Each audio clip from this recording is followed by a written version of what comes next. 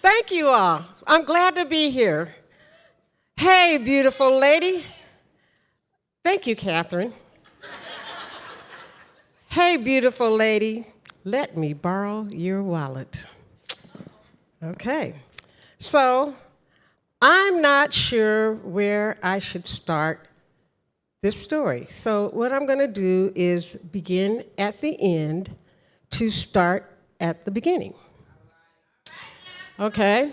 After 48 years of a wonderful marriage, I lost my life partner to COVID and pneumonia in July of 2022.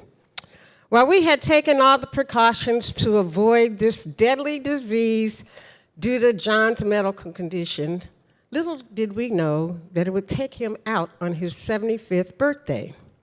We had always talked about the things that we would do should one of us die. Cremation, there would be no big deal. Here's what to do with that. This is what you should do with this, so forth and so on. Even with all that in place, I was just not prepared to start my life as a single woman. Little bit about John Trees. I had known and loved this guy since I was 21. Met him in a bar under the Schlitz face cards on August 28th, 1974. Now, that's a true story. It was the Metro at 15th and Cook Street. Cecil, remember where that was? So, I was young, I was skinny. I know you can't tell that by looking at me now. And I was cute.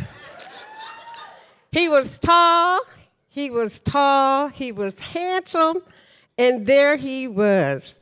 And something said, with his blue eyes, and something said about him, he's yours, Candice. So, we were married 30 days later on September 28th, 1974. Told you it was a love story. And it was a love story. There was a little lust in there, but it was a love story, okay? He was a great provider, a great encourager, and a loving supporter of my many adventures in life. But of course, he also was very quirky for those of you that knew him. Did I mention that we had a goat in our backyard? Remember that, Jesse? We had go-karts in our backyard. He said he grew up in a farm over in Champaign County. He said he never had a birthday party, so he used to throw birthday parties for himself, and he'd have the best birthday parties, and they were big birthday parties. Like you're someone special, he was one of a kind. 3 beautiful daughters, 4 grandchildren later, and a host of brother-in-laws. They were all on my side. The brother-in-laws were my brothers and their wives and nieces and nephews and greats and graders and all kinds of folks that we had on my side of the family because he only had a brother. The time had come for all of us to say goodbye to John. He and I still had a couple of forevers to share with whomever would, We had a couple of forevers left in us, a few more trips here and there, and a lot more opinions to share with whomever would listen. And of course, we give our grandchildren, grandparents advice. After all, who had the best advice in life to give other than grandparents because we'd experienced everything, right?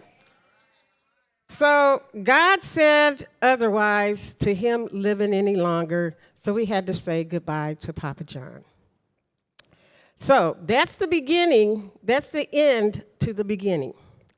One day, while I was visiting my youngest daughter in Houston, and I'm sorry, somebody has to be blamed, so I'm going to blame Johanna because she lives in Houston.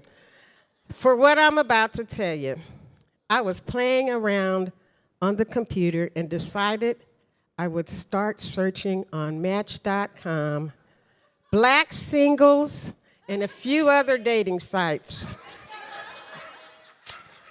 Who knows what I might find?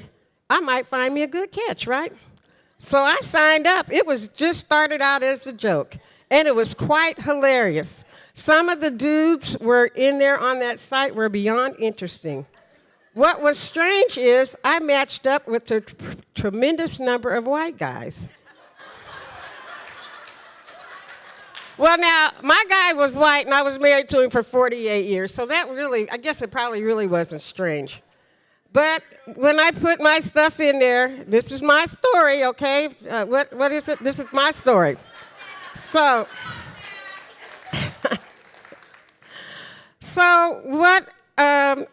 I guess when I put it in, you have to put all this information in. I play golf. I have a master's degree. I participate in a lot of professional organizations, and so I put all that stuff in. And so I'm just not sure why those matches came up that way. Now, did I mention to you that I am a big, huge supporter of AARP? Love their magazines, their monthly newspapers, their daily emails, the sister group, that's a black group for women, the Ethel group, the girlfriend group, they got all kinds of groups, right? And I'm pretty much all things AARP. I found that they work to keep those of us 50 and older informed about life. Every aspect of aging by keeping us informed on trends, Social Security, finances, healthy living, you name it, AARP has that in their magazines. So I want you to hang on to that information because it's very important to my story. So let me see. We were talking about surfing and dating on the internet, right? So as a sidebar, I prayed to God to send me a companion. I said, God, I want somebody who likes football, because as you get older, you like to watch sports. So I'm into college football particularly. Basketball, particularly women's basketball, because I've got a granddaughter that plays at Chicago State. Go to dinner sometimes, maybe sit on the couch and hang out, maybe even hold hands. Well, let me tell you, God's got jokes. He could be quite funny sometimes. He sent me a companion in the form of my 62-year-old brother. Really, God? That's my companion? Seriously? I love my brother, but I wanted a companion. I wanted someone to date. So, in pursuit of companionship, the first people I matched with was a fellow I went to high school with. Sent him a message. He didn't respond for 6 months. Was it my breath? Was it something I said? Was it my afro? Was it that I was fat? Was it my false teeth that I don't have? You know, what was it? So, hey, beautiful lady, can I borrow your wallet? I got a hit. I got a hit on the dateline. Yes, nice looking guy. He says he was an engineer, has a son, works in Northern Illinois. No need to be suspicious, right? He's from Illinois. Joe and I started communicating via the app.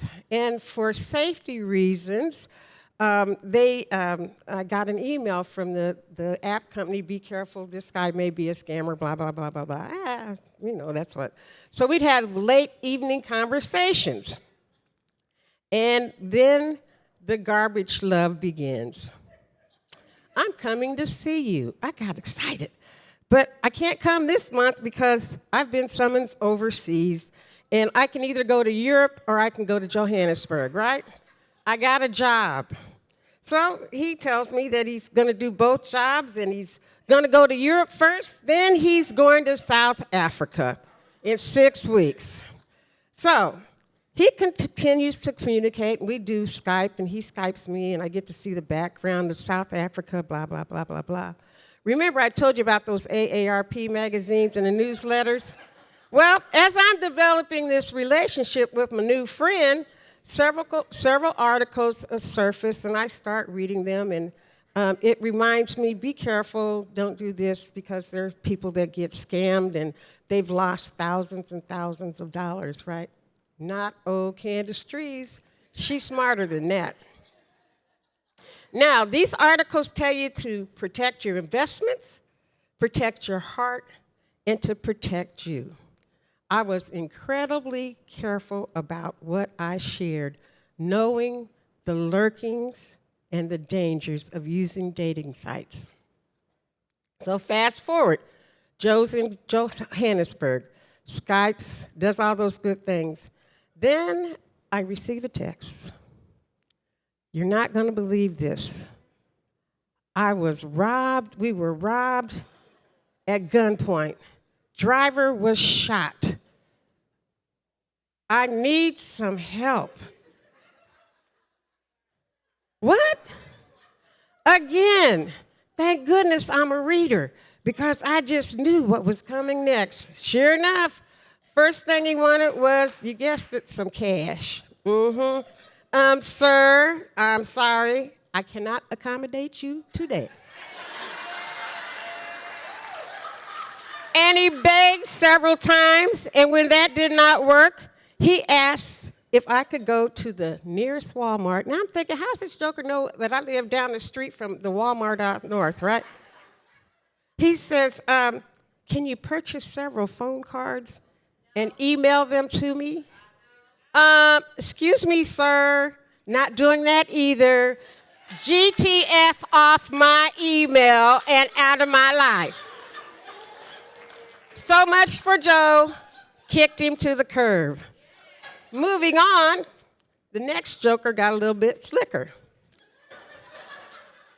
He said he was an investment banker. He lived in Leavenworth, Kansas. Now, y'all know where Leavenworth, Kansas is? And do you know what's in Leavenworth, Kansas? For you all that don't know, Leavenworth, Kansas is where the federal prison is.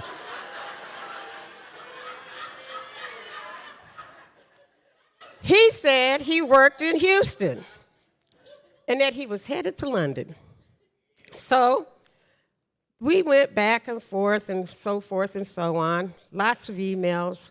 Then I get an email one day saying, my mother is ill in Lyons, France. I think I said that right. For those of us who are American, Lyons, France, okay?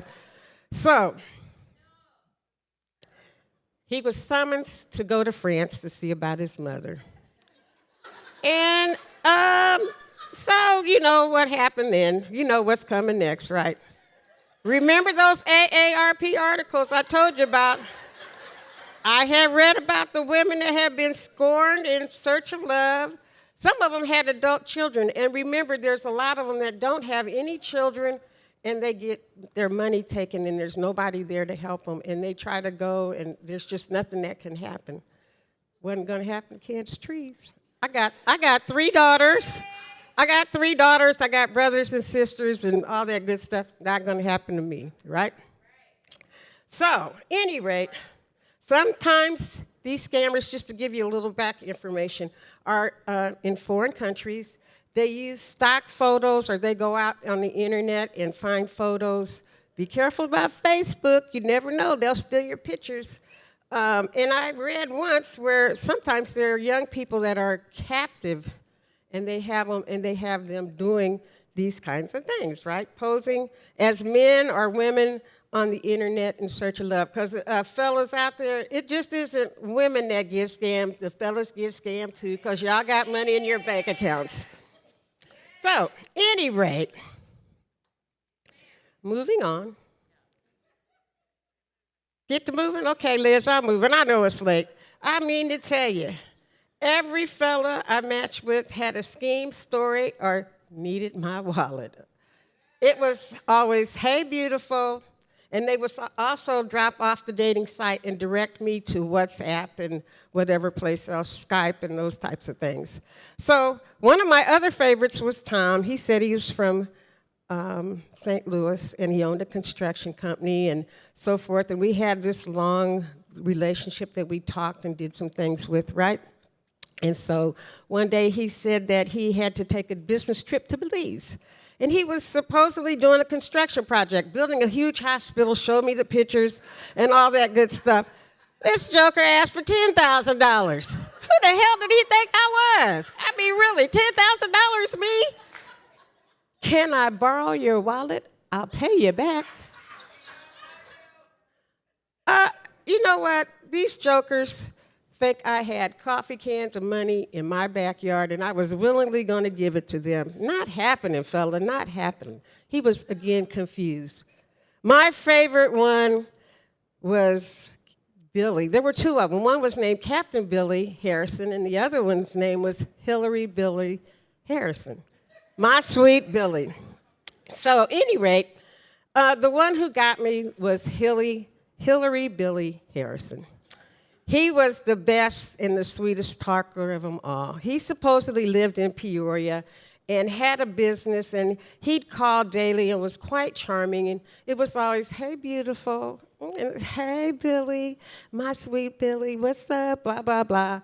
Well, how was your day? Would you send me pictures? We can communicate many times and what have you. So he was off to Beijing because he had to do some business in Beijing. Shared his location with me.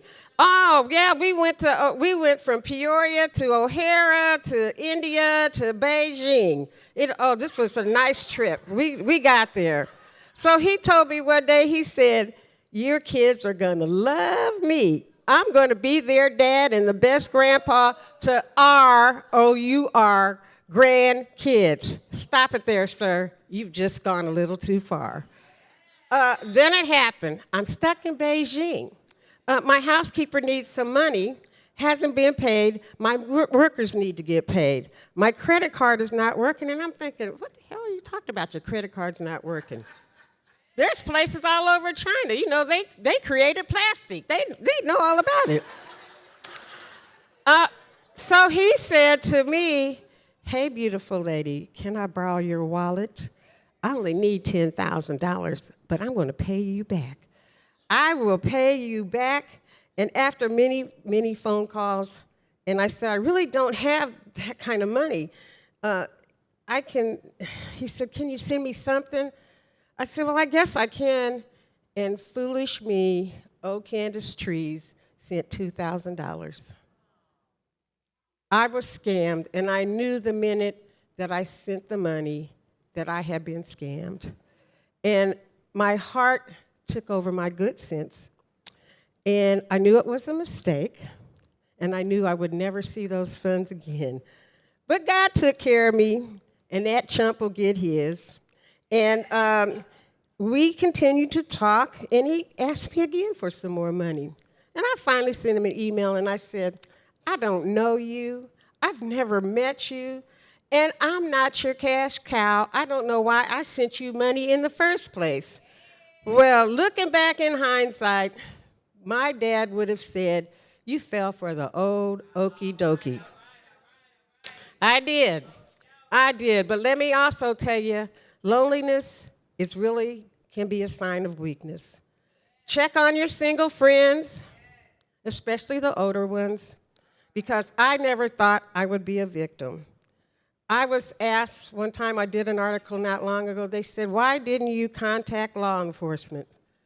Well, these guys are good. I'm embarrassed. I was foolish. I did not want them to see the racy emails, because I sent some racy emails, and Liz Brown over here said that she was going to auction them off. Girl, I got them with me, and you can have them, okay? Because I'm not really embarrassed, because I said all those things that your mom tells you not to say. So I'm embarrassed that me, myself, and I fell victim to a scammer as I was in search of John Trees, who was dead and he was not coming back. Nor would I want him to come back. Okay, I wouldn't want him to come back. We had a great marriage, we had a great love story, and I just can't repeat what we had. We can't do it again. So I said to myself that I didn't need companionship that bad. I really am a beautiful lady. And no, sir, you can't borrow my wallet. And I have many things and many people to take care of with my money. Get to stepping, Billy. I hope you catch a ride back to the States. You're a beautiful lady, Candice Trees.